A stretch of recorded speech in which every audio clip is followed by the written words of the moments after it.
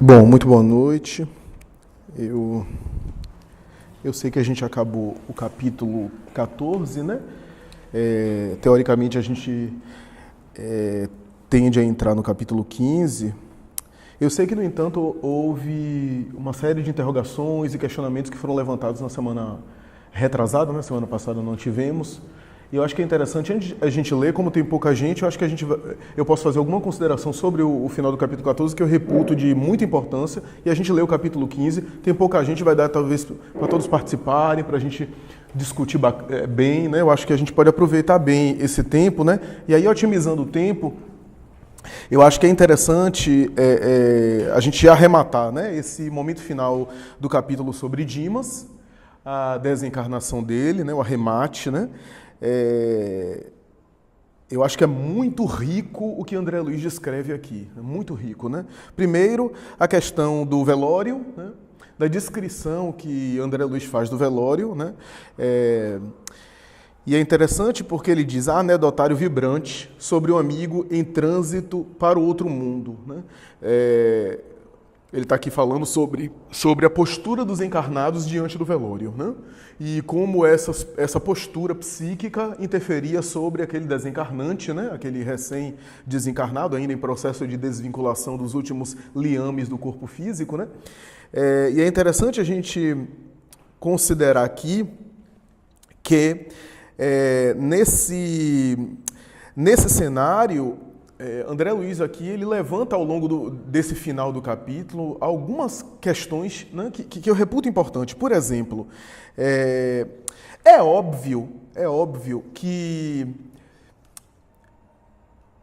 embora Dimas esteja numa condição muito boa de proteção, de assistência, porque se fazia merecedor, ainda assim, ele poderia estar em uma condição melhor, a ponto de estar inacessível a essas irradiações do povo que estava comentando sobre a vida dele, do seu passado, e aquilo de alguma forma o agitava. Olha, eu fiquei pensando tanto nesse capítulo ao ler, porque assim, a gente tem aqui algumas coisas que talvez quem é médium ostensivo, quem participa de mediúnica, quem é médium, especialmente médium de incorporação de psicofonia, fica sensibilizado com essa descrição aqui, daquela conversa no velório, aquele homem do bigode, e aí quando ele começa a falar, né, sobre o passado de Dimas e aquela tragédia que Dimas se calou, né? Eu acho que é muito rico esse cenário, né? E aí, a ponto de conversando sobre o desencarnado, né, envolvido na tragédia, que foi inclusive quem foi o assassino, né, o homicida, né, ser evocado. É interessante porque, parênteses, né, quando a gente fala em evocação, a gente pensa só naquela prática mediúnica de sentar numa reunião mediúnica e fazer a prática da evocação. Ia ter uma polêmica danada. A gente já teve aqui um engenheiro eletrônico do Rio de Janeiro que tem um laboratório de transcomunicação instrumental, ele falou um pouco das evocações, né? E dessa polêmica até que divide os espíritas, né? Deve evocar, não deve evocar, e a ideia é que Kardec evocava, então por que a gente não evoca? E aí Emmanuel, em Um Consolador, diz que não recomenda as evocações e faz uma ponderação. Aí Viana de Carvalho, em Médios e Mediunidades, me parece que ratifica um pouco o pensamento de Emmanuel, dizendo que sugere não evocar os espíritos, como Allan Kardec fazia, no sentido mais metodológico, sistemático, e aí faz aquela ponderação das credenciais intelecto-morais de Kardec, que não são comuns, etc. Isso é um terreno até hoje espinhoso, eu não vou nem entrar, né, porque alguns espíritas bastante... o termo ortodoxo é até pejorativo, mas alguns espíritas se intitulam ortodoxo no sentido positivo da palavra, dizendo que se Kardec evocava, é para a gente repetir o método dele, e há opiniões sobre isso, há opiniões contrárias, né, sobre as quais a gente também tece comentários, baseado em Emmanuel e em Viana de Carvalho, mas é importante sempre salientar que a prece pode ser uma evocação, e Kardec diz isso. Kardec diz em várias ocasiões que em alguns momentos ele apenas orava pelo desencarnado e os espíritos o levavam. Ou, às vezes, ele conversava com São Luís da possibilidade do espírito se fazer presente e o espírito era levado. Né? Era levado à reunião mediúnica. E, às vezes, um pensamento é evocação. Mas aqui a gente tem isso claramente. O médium ostensivo que sente essas coisas deve se identificar com isso, né? Porque o homem estava conversando, eu já estou até invertendo a ordem das coisas, mas, enfim, brainstorm, chuva de ideias, né? Aquele homem, quando começa a falar, né, quem leu deve lembrar, começa a falar sobre o episódio, ele tem um frêmito, um tremor dá uma risadinha assim, o povo começa a dar risada e ele continua falando, sem perceber que era já a presença do desencarnado que era chamado ao recinto ali, apenas pelo fato de estar conversando e entrando em minudências da vida íntima, de uma maneira mais forte, né? Devassando, digamos assim, os podres daquele indivíduo que desencarnou. Então, isso é interessante. Não é que a gente não possa analisar, eu sempre digo isso, a gente pode avaliar a vida pessoal, né, como exemplo, na forma de discernir. Kardec diz isso. Se a gente não avaliasse, moralmente falando, os exemplos e até a ausência dos exemplos, a gente não teria parâmetro. Isso não é julgar ninguém. O julgar é quando eu, por exemplo, me aproprio disso para causar um escândalo, para caluniar terceiros, para enxovalhar a imagem das pessoas publicamente, né? No caso dali, ele estava não apenas fazendo isso com aquela roda de pessoas, sem nenhuma preocupação moral de examinar a situação, né? Mas mais no sentido maledicente da palavra. Não era uma coisa de examinar a coisa, de avaliar. Então, é interessante a gente pensar nisso, porque não é apenas o ato de falar, mas as intenções por detrás, né, daquilo que se estava falando, né? Então, mas, enfim, é interessante a gente pensar o seguinte, o velório, a postura dos encarnados, Dimas sofria essa influência, poderia não sofrer. André Luiz coloca que se ele tivesse em outra condição, lembra lá atrás, 2 capítulos atrás, quando André Luiz diz assim, Dimas tem muitos merecimentos e merece assistência, mas não conseguiu durante a encarnação o domínio de si mesmo. Então isso, de alguma forma, gerava nele ele era refém de algumas situações, né? E tem outras coisas que a gente vai comentar. Eu tô indo por passos, né, para quem depois assistir possa ter uma ideia, né, como é isso. Então, mais adiante, então a gente vê, por exemplo, André Luiz dizendo o seguinte, todavia, no estado atual da educação humana, é muito difícil alimentar por mais de 5 minutos conversação digna e cristalina numa assembleia superior a 3 criaturas encarnadas, né? Essa fala aqui é bem do estilo de André Luiz, né? Quem leu aqueles livrinhos, né? Sinal Verde, Conduta Espírita, vê André Luiz o tempo todo falando dessa conversação, da forma de a gente dialogar, que de alguma forma também tem repercussão na nossa mente, né? O diálogo não deixa de ser uma espécie de reflexo de como a gente pensa e da mesma forma que o que a gente fala reflete também na nossa mente, né? Uma via de mão dupla, né?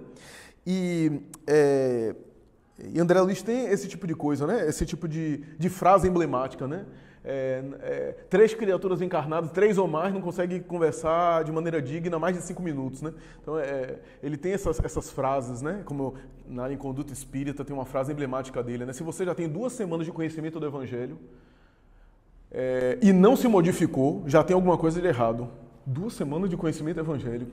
A gente tem anos, às vezes, né? Então, enfim, ele tem essas frases meio de efeito, né? André Luiz tem esse tipo de colocação. Então, e aí o narrador, né, narra o episódio, só para ilustrar, quem não lembra, é provável que todo mundo lembre, todo mundo recorde, mas além de recordar, é interessante para quem vai assistir, né, e que não participa do grupo, o narrador narra um episódio onde Dimas morava próximo a uma casa que tinha uma certa condição material, uma casa abastada, me parece que exercia um serviço humilde, um serviço simples, e nessa condição de serviço simples, ali, né, naquela situação, ele viu um drama que ocorreu, que era o drama de ver a casa chamada Casa Imperial, né, que é dita assim, né, a Casa Imperial, né, que é ali colocada, que tem o dono, né, que é alguém conhecido, me parece, inclusive, das relações de Dimas e a esposa. E, em determinado momento, a gente vê, o rapaz narra, o senhor narra que, em determinado momento, a esposa é vista com esse senhor, que é um senhor, me parece, que também era algo conhecido dali, ou seja, estava tendo um envolvimento com a esposa de outra pessoa, né, que era o dono daquela propriedade, né, um senhor abastado, e ele me parece que era também alguém de certa importância, me parece que era alguém do poder público, né, era alguém político, né, e aí havia um funcionário da casa que me parece que pegou a situação, se deu conta da situação, né? E o homem que foi visto em flagrante assassinou, né? Assassinou sem piedade, embora ele pediu que tinha esposa e tinha filhos, foi assassinado. E Dimas viu tudo, né? Dimas viu a situação, o homicida, antes de sair, viu também o próprio Dimas, ambos se entreolharam, me parece, o Dimas gritou pedindo socorro, né? E mais tarde ele ajuda a família, né? Ajuda inclusive no enterro, participa, etc. Mas é chamado pelas autoridades, não informa nada, não fala nada, não diz nada, era a única provável testemunha, mas ele relata que não havia visto nada, se manteve em silêncio, porque no seu pensamento também afetaria uma outra família, afinal a vida já tinha sido ceifada, né? Geraria um escândalo, e os familiares daquele outro senhor iriam sofrer muito na sociedade. Ele preferiu o silêncio.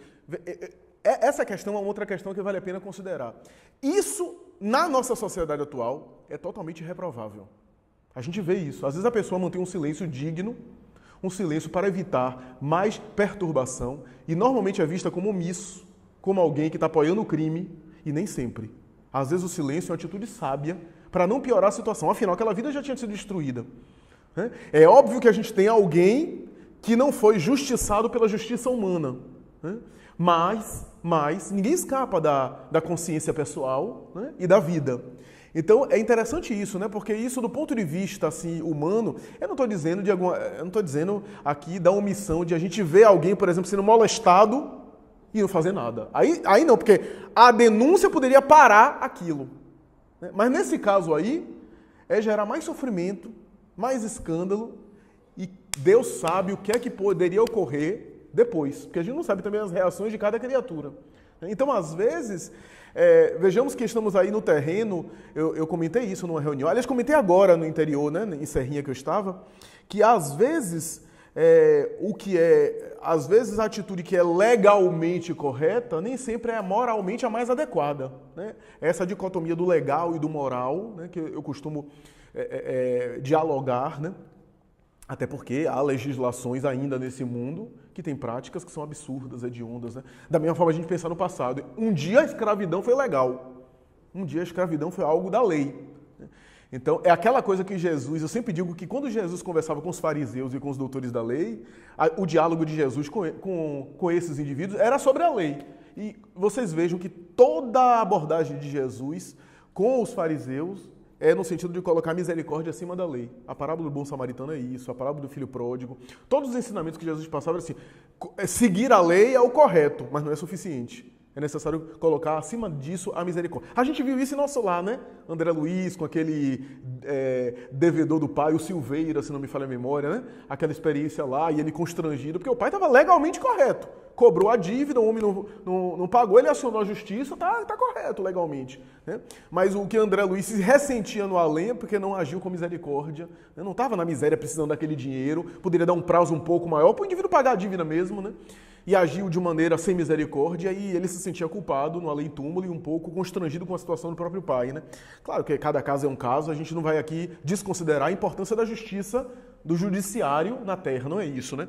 Mas é interessante a gente pensar isso, né? A gente pensar que, por exemplo, tem situações que são legais, né? Mas não deixam de haver determinadas implicações, né? Implicações morais, né? Há situações que a justiça humana nem consegue alcançar, né? Então é interessante isso. Então é importante a gente refletir e pensar sobre isso, né? A gente pensa aí, sei lá, né, uma série de coisas. A gente pensa, sei lá, quer que eu dê um exemplo clássico que eu citei ontem, né?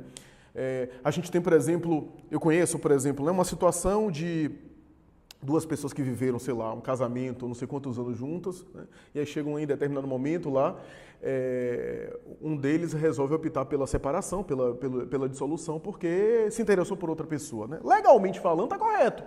É melhor do que adulterar, do que trair. Legalmente falando, está correto. Mas a depender da situação, existem repercussões. Não é que eu não estou adotando a indissolubilidade do casamento, não. Eu acho que as pessoas podem casar e separar. O divórcio é lei humana, como diz Allan Kardec, está aí para isso. Em alguns casos, o divórcio soluciona questões, Kardec vai dizer isso, soluciona questões que a nossa imprevidência fez com que unisse vínculos que, na verdade, não tinham vinculação legítima, profunda. Mas a gente não pode, por exemplo, negar que há situações dramáticas, né? Há situações, né, que eu tô tendo ciência de um caso que é uma situação dramática, né, que é assim, um casal que tem mais de 40 anos juntos. E aí ele resolveu agora dizer que em nome de um amor, ele está vivendo um grande amor da vida dele com a menina de 18. Ele tem quase 70 e ele está agora com a menina de 18. Nada contra. Eu acho que as pessoas têm o direito, mas assim, ela está destruída porque viveu para o casamento, viveu em função do casamento e da família, está se sentindo destruída. Então, assim, legalmente, ele não está nada de errado. Ele sentou com ela, estou apaixonado por uma minha... Engraçado que as almas gêmeas que a gente encontra da vida passadas sempre são muito bonitinhas, nova, ninguém é desdentada, é acabada, sempre são as coisas assim, né? Enfim. Mas ele sentou com ela, resolveu separar porque se interessou por outra pessoa. Mas assim, eu fico questionando se não há implicações nesse sentido. Porque para ela, principalmente a mulher, né, refazer a vida afetiva agora, né, é muito mais difícil. Né? Então, assim, nós somos também responsáveis por aquilo que a gente gera no outro, né, em termos de vínculo. Então, não é tão simples assim. Então, às vezes, a gente está correto legalmente, mas não é suficiente. Está correto na lei humana. Né? É claro que essa questão tem vários desdobramentos, não é tão linear assim. Eu estou só citando um exemplo banal, né? Mas claro que a gente pode aprofundar. Mas assim, o que eu queria centrar aqui é o seguinte, essa questão do velório, a questão do Dimas sofrer influência nisso, né? Sofrer influência do psiquismo das pessoas. Interessante porque ele fez silêncio, né? E o silêncio me parece que foi positivo nesse sentido, para apaziguar as coisas. Né? Nada melhor do que o tempo, né? É óbvio que para fazer silêncio diante de um crime, a pessoa viu um crime e fez silêncio para não gerar mais perturbações, inclusive na família do homicida, para não gerar mais confusão. A pessoa tem que ter algum tipo de fé, né, no sentido de não acreditar que tudo se acaba aqui. Né? Pelo menos de maneira geral é isso, né? Porque na lógica material humana eu tenho que fazer justiça, eu tenho que resolver as coisas. Né? Então é interessante isso. E é interessante que o velho foi comentando e foi dizendo, poxa, que figura exótica o Dimas, né? Que boca segura, ele usava essa expressão, que boca segura, não abriu a boca para contar nada para ninguém, ajudou os familiares da vítima, fez silêncio diante do inquérito policial, e aí o homem perguntou, como é que tu sabia disso? Aí Israel, porque eu tenho uma amizade muito boa com um sacerdote da vila, e o homicida, antes de morrer, fez uma confissão para o sacerdote, e no leito de morte, ele confessou que a única testemunha do crime que ele havia cometido foi o Dimas.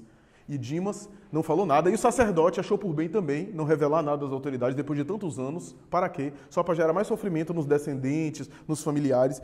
E aí ele termina dizendo assim, já estava desencarnado o homicida, a vítima do homicida, o confessor, o padre, que também desencarnou, e agora a única testemunha. E a adúltera. Né? E agora a única testemunha que é Dimas. Então, se foram todos, né? E aí, nesse momento, o homicida é evocado. É evocado porque ele estava, na verdade, falando, talvez, de uma forma negativa, né? Sobre o episódio da criatura. E o espírito foi evocado. Né? E aí, compareceu, como é que vocês me chamam? Quer dizer, deve ser um sofrimento para um indivíduo desse ser evocado dessa forma, né? Lembrando da ferida que sangrava ainda, anos depois, ele ainda sofrendo os reflexos do seu ato impensado, né? Do crime que ele cometeu. Uma coisa interessante que eu quero levantar aqui é o seguinte, logo após, o homicida desencarnado, atraído talvez pelo cheiro forte das flores, eu achei isso super interessante, atraído pelo cheiro forte das flores, não faço a menor ideia do que André Luiz queria aqui considerar. Eu tenho algumas hipóteses que é do fluido vital. Né? A flor tem vitalidade. Né?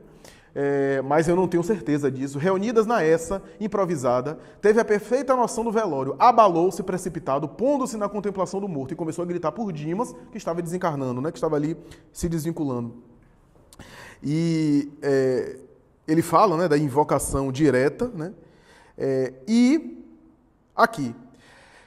E aí o orientador diz, né, que Dimas tem grandes méritos, tem grandes posturas, tem grandes credenciais morais, né, mas além da falta de domínio de si mesmo, não se habituou à oração dentro do lar, não fez o exercício da prece em família, e por isso aquelas entidades compareciam ao velório dele.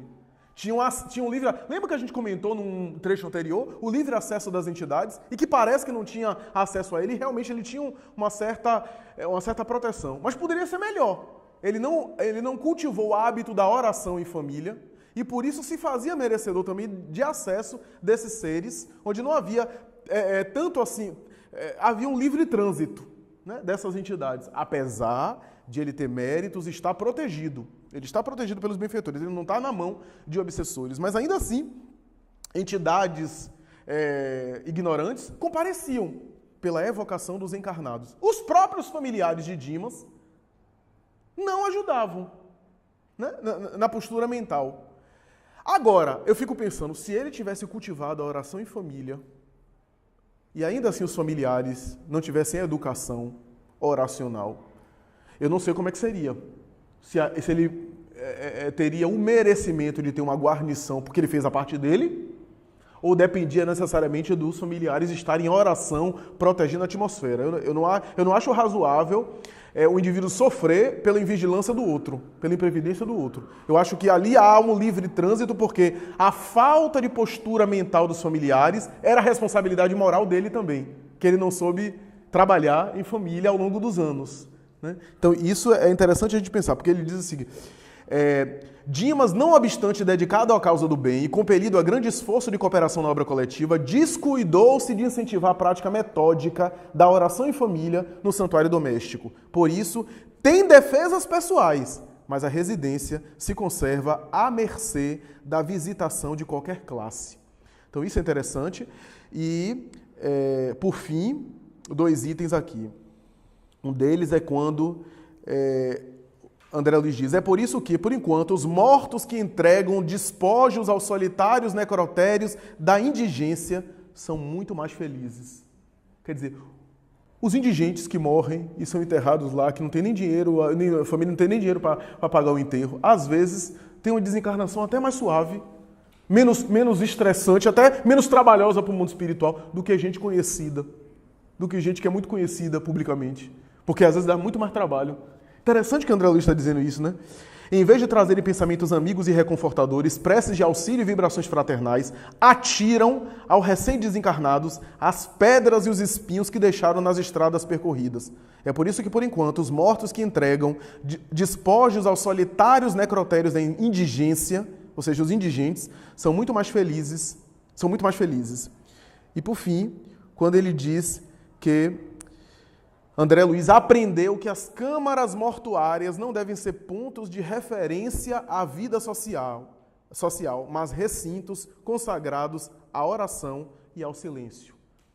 A ideia da postura do indivíduo no sepultamento, naquela liturgia final, né, do velório, né, que André Luiz aprendeu que ali era local de recolhimento, de interiorização e não de conversa material, banal, conversa amena, até que a gente tem o direito de ter as nossas conversações amenas, mas não naquele momento, não naquele ambiente. O que ele está dizendo é isso, porque ali é um processo muito mais complexo. O processo da morte acabou. E aí o indivíduo que é material fica achando que, né, pode fazer. Mas o processo da desencarnação não necessariamente acabou. Às vezes ainda está se processando, né? Então, essa visão, né, que há algo além daquilo, talvez ajude, né, o indivíduo, certamente ajuda o indivíduo, né, nessa situação. Então, mais ou menos isso, né, que eu queria considerar. Se alguém quiser colocar alguma coisa, fazer alguma consideração, né? Quando ele estava evocando, sem ter o conhecimento da evocação, que a forma jocosa, que ainda fala assim, eu achei a forma jocosa, que fala assim, brejeiramente, uma forma depreciativa, aquela coisa da graça, não sei o quê, mas com uma intenção meio aferina de começar a sopesar se a boca segura era realmente uma pessoa, não na questão de ser a pessoa ter o bom senso de que se revelasse qual seria o mal maior, né? Eu acho que Dimas foi por essa questão, porque isso que você colocou, nem tudo que é legal é moral, né? E nem tudo que é legal é também justo, porque muitas das questões são injustas, e a gente sabe que as leis divinas são perfeitas, e mais na frente a vida faz com que até ele faça uma reconsideração dos seus atos. Agora, sobre a questão das flores, sabe o que eu pensei que eu estava deve ter sido a questão, assim, meio dos pensamentos, porque não tem algumas flores que são características de velórios, se a gente fala o cravo do defunto, a gente ainda chama cravo de defunto, e uma angélica, que tem um cheiro característico, não sei se é atavismo, mas que reporta, porque na minha mente, onde eu vejo, eu só me lembro de enterros, essas flores. Então, não sei se isso tem a questão cultural, uma questão assim, e ligado também a essa outra coisa do fluido, né, das flores, da vida, né, que faz essa relação, porque ele, aqui tem uma coisa que ele fala assim, reportou e ele viu que seria um velório. Trouxe para ele essa questão que ele chama até assim, que o velório, que ele fala assim, reunido em casa, ou essa é estrado sobre o qual se põe o caixão com o defunto em cerimônias fúnebres. Improvisada, né? Teve a perfeita noção do velório. Então, eu acho assim, toda aquela reunião tinha as características de flores, de estar naquele estado, né? Sei lá, naquele que deve ser ou uma cama ou alguma coisa alta, assim, que o remetia ao enterro. Olha só. Interessante, eu não havia pensado nisso, mas faz sentido, Renilda. André Luiz coloca talvez, né? Talvez, atraído talvez pelo cheiro forte das flores.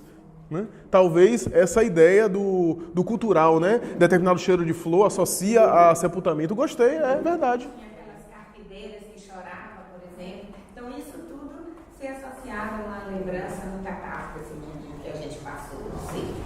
E a outra questão que eu achei interessante, essa que você disse, que remota a gente que hoje, para a gente seria ou omissão ou ser conivente, né? Falar assim, você é conivente, então de qualquer forma você está cúmplice se você omitir. Mas porque a nossa sociedade é muito de você delatar o outro sem pensar em nada, entregar. Né, que fica até uma coisa de chamada de dedo duro, né, aqueles traidores, tem uma conotação que tem uma implicação muito pejorativa e não pensa em uma outra situação de que você avaliar se aquele ato era necessariamente a única opção. Qual seria a dor maior, né? A melhor opção? A gente não pesa isso.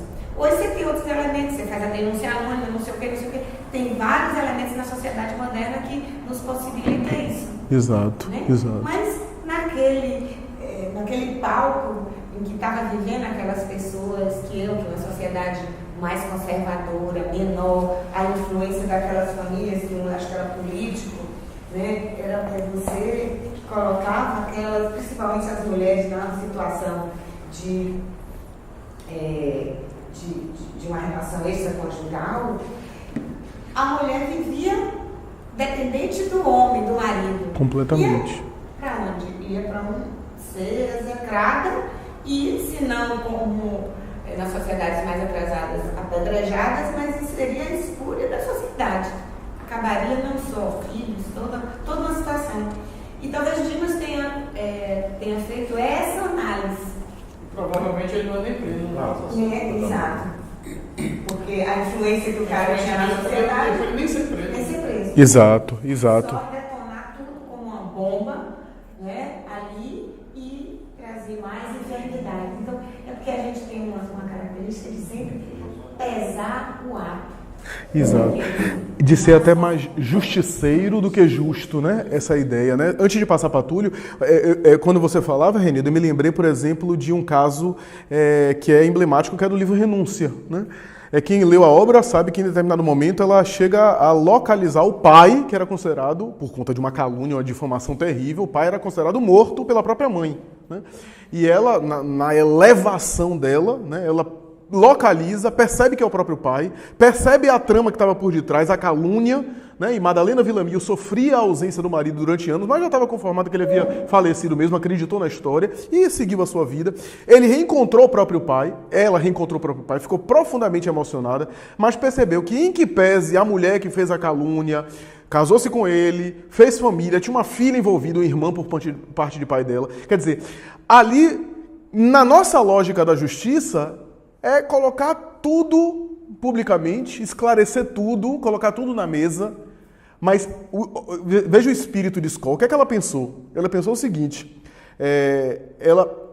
por isso que o livro é renúncia, ela não pensou nela mesma, ela abdicou dos desejos dela e disse assim, não, ali eu tenho uma família formada, tem uma menina com 16 anos, noiva de um rapaz que vai se casar. Se esse escândalo vier à tona, a própria menina vai ficar mal na sociedade, vai ter, inclusive, repercussões sobre ela. Toda uma família vai se desestruturar, porque em nome da verdade eu quero colocar tudo à tona. Que verdade é essa que destrói?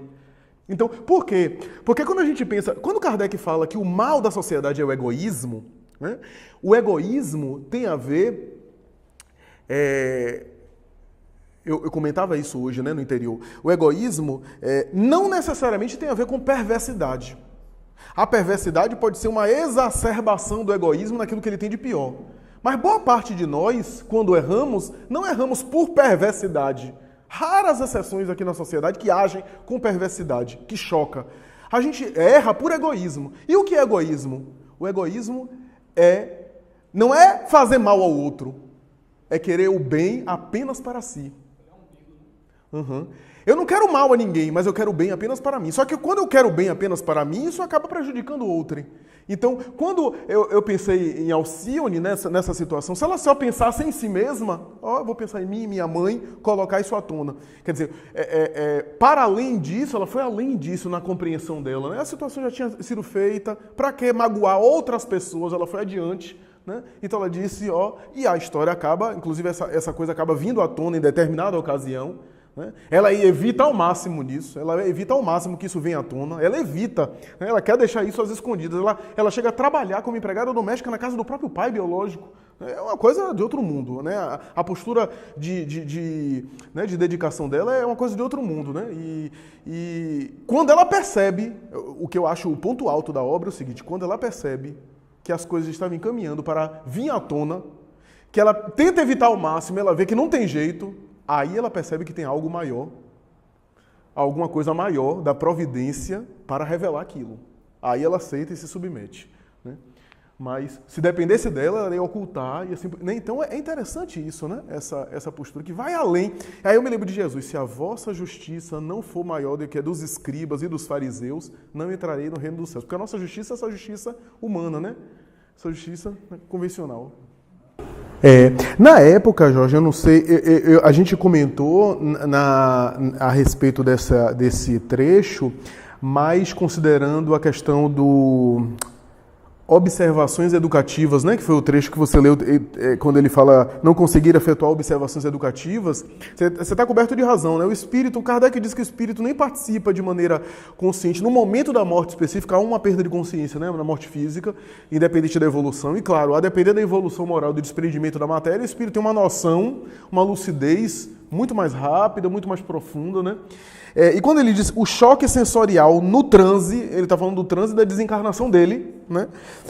Para a minha personalidade ainda desatenta ante as questões do Espírito Eterno, impedir-me a análise minuciosa do assunto. Ou seja, talvez depois da desencarnação dele, ele ainda não teve o ensejo de analisar o fenômeno da desencarnação com outras pessoas. Talvez seja isso, porque você está coberto de razão. De fato, para o espírito ter uma noção minuciosa do próprio processo da desencarnação, desencarnatório, teria que ter um certo desprendimento material que André Luiz não teve.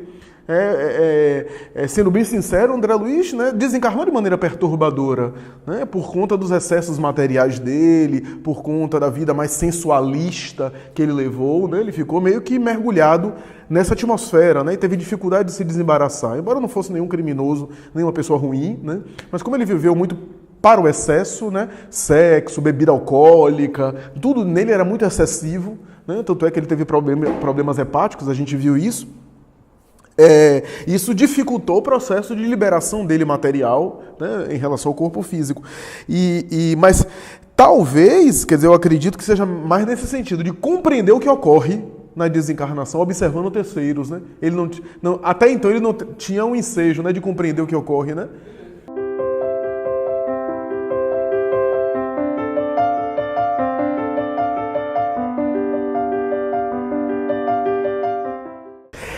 O processo de recuperação, principalmente de alguém que acaba ceifando a vida alheia, claro que não é simples, né? Jorge explicou muito bem, citando o caso de Silas, né? Não é um processo simples, né? Envolve muita coisa.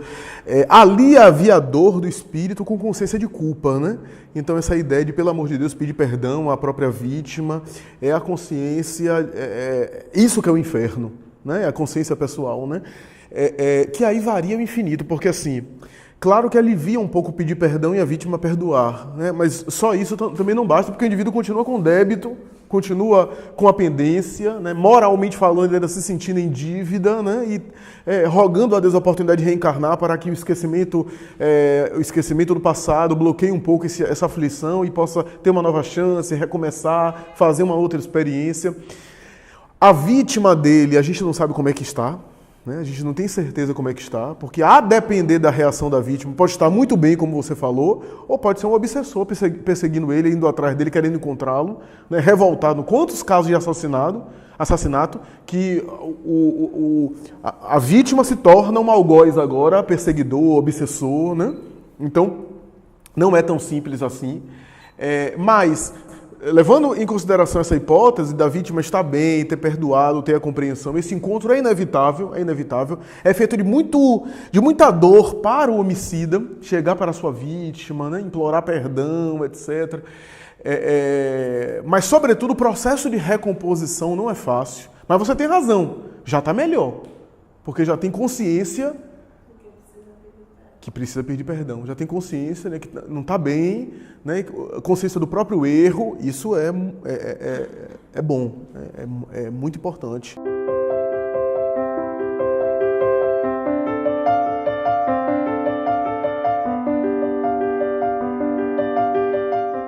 Impressionante. Tanto é que Emmanuel está encarnado na figura de Padre Damiano, né, que é uma das personagens da obra, que já é um indivíduo, um espírito amadurecido do bem, mas não fica no foco por conta das atitudes de Alcione, né, que se torna... Claro, o enfoque de Emmanuel é esse, tornar visível em evidência a vida, a biografia e a vivência de Alcione, né? Mas ele já era um espírito também de escola, né? E não aparece tanto por conta dos feitos dela, né? Recordemos que Padre Damiano vem depois de Manuel da Nóbrega. Emmanuel já tinha sido Manuel da Nóbrega, que foi um verdadeiro evangelizador, né? Padre Damiano vem depois, né? Então é uma reencarnação posterior, né? E só que ele não aparece tanto, talvez até também por modéstia. Emmanuel tentou ocultar um pouco a personagem dele, né? E fazer um foco em relação ao Alcírio, mas sem sombra de dúvida essas atitudes dela, né? A gente comentou aqui inicialmente dessa questão da evocação, né? Só para complementar, é interessante pensar o seguinte, que a evocação não é garantia realmente, o Péricles comentou, a evocação não é a garantia de que eu evocar alguém, aquele alguém vai comparecer à sessão mediúnica porque eu evoco, não há essa garantia, né? Pode-se abrir a porta, Kardec tem 2 trechos na verdade, né? Pode-se abrir a porta para qualquer espírito comparecer, então existe essa possibilidade, né? Mas por outro lado, em algum momento Kardec, como fazia a prática da evocação para fim determinado, né, para o chamado espiritismo experimental, como ele costumava colocar, né, que às vezes, a depender do tipo de metodologia que se use, não direcionar uma comunicação ou não evocar determinado espírito e abrir a porta para vários, né, ele tem esse trecho.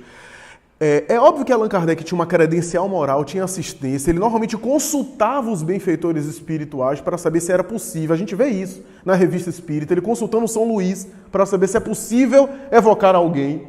Porque o fato de eu querer evocar fulano de tal que desencarnou, eu não tenho autoridade sobre ele para trazê-lo, né? E não me dá esse poder absoluto. Claro que a prova da identidade passa por todos aqueles quesitos que Allan Kardec coloca no Livro dos Médiuns, né, que tem a ver com o estilo da pessoa, quando eu conheço a pessoa. Se eu conheço a pessoa, conheci a pessoa desencarnou, eu tenho uma certa noção, né, a pessoa demonstra na mensagem algumas características que se fazem reconhecíveis por aqueles que conviveram com ela. né? Não apenas na letra que muda, porque isso é uma peculiaridade de determinados médios. Nem todo médio de psicografia muda a caligrafia. Isso era Chico Xavier e alguns outros que mudava a ponto de ser reconhecido em cartório. Mas o médio pode receber uma mensagem autêntica e não mudar a letra e ser a pessoa. O que vai provar são os dados, os conteúdos, né, que tem a ver com a pessoa, que revela a psicologia da pessoa, a forma da pessoa escrever, elementos que só a pessoa sabia, ou só a pessoa que recebe a mensagem sabia, né, e que dá essa demonstração. Né? Com relação a vultos que a gente não conheceu na Terra, famosos e que dão comunicação, fica mais difícil de saber se é a pessoa ou não. Sócrates se comunica. Eu não conheci Sócrates, pelo menos nessa encarnação, né? Não sei se... Mas eu não sei do estilo psicológico de Sócrates, se realmente é, de fato, o tal filósofo. Eu vou aceitar ou não pela elevação da mensagem. Se a mensagem diz coisas positivas, eu aceito como tal, pertencente a ele. Agora, se fala besteira, não pode ser Sócrates. Se fala coisas moralmente inadequadas, a gente retém pelo conteúdo mais da mensagem do que pelo nome. Kardec diz isso, né, lá no Da Identidade dos Espíritos, né, no Livro dos Médiuns. Então é interessante pensar nisso, né?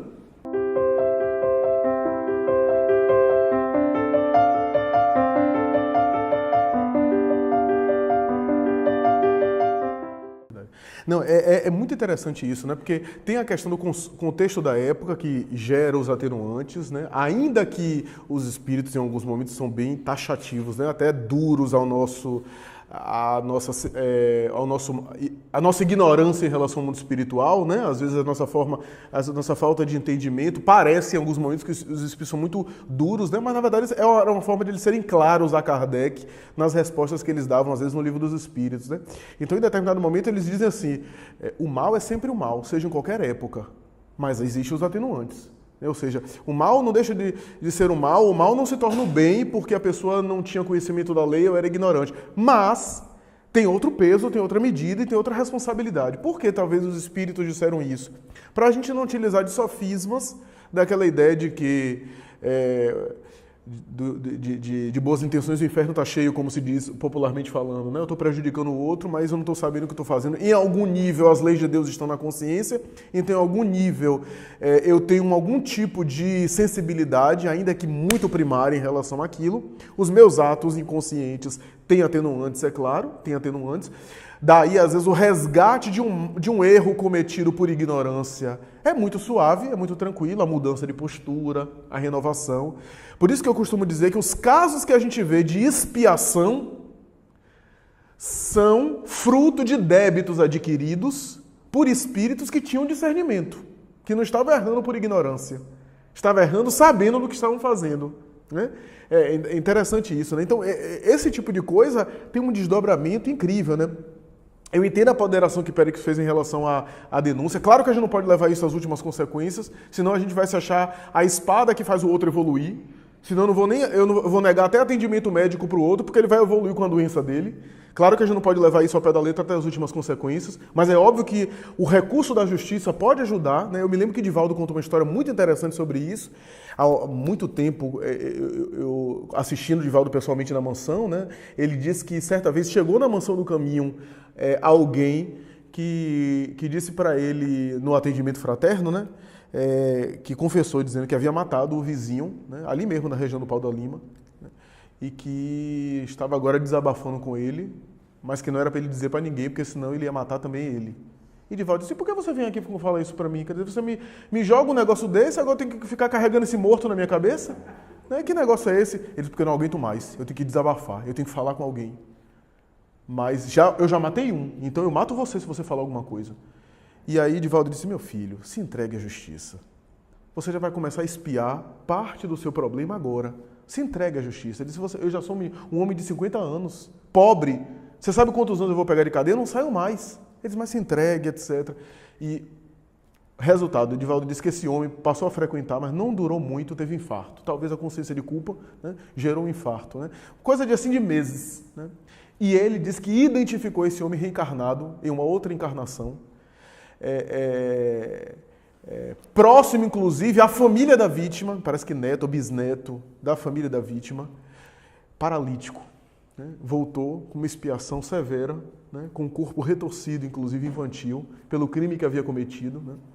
e ali mesmo próxima, né, a própria a família da vítima, né? Então, a gente vê essas nuances, né? Então, a justiça aí como recurso que ajuda, às vezes, as almas a se reabilitarem, né? É interessante isso. Porque foi Jorge ou foi Ari que falou, de fato, a justiça tem imperfeições, sem ela, a justiça humana seria pior.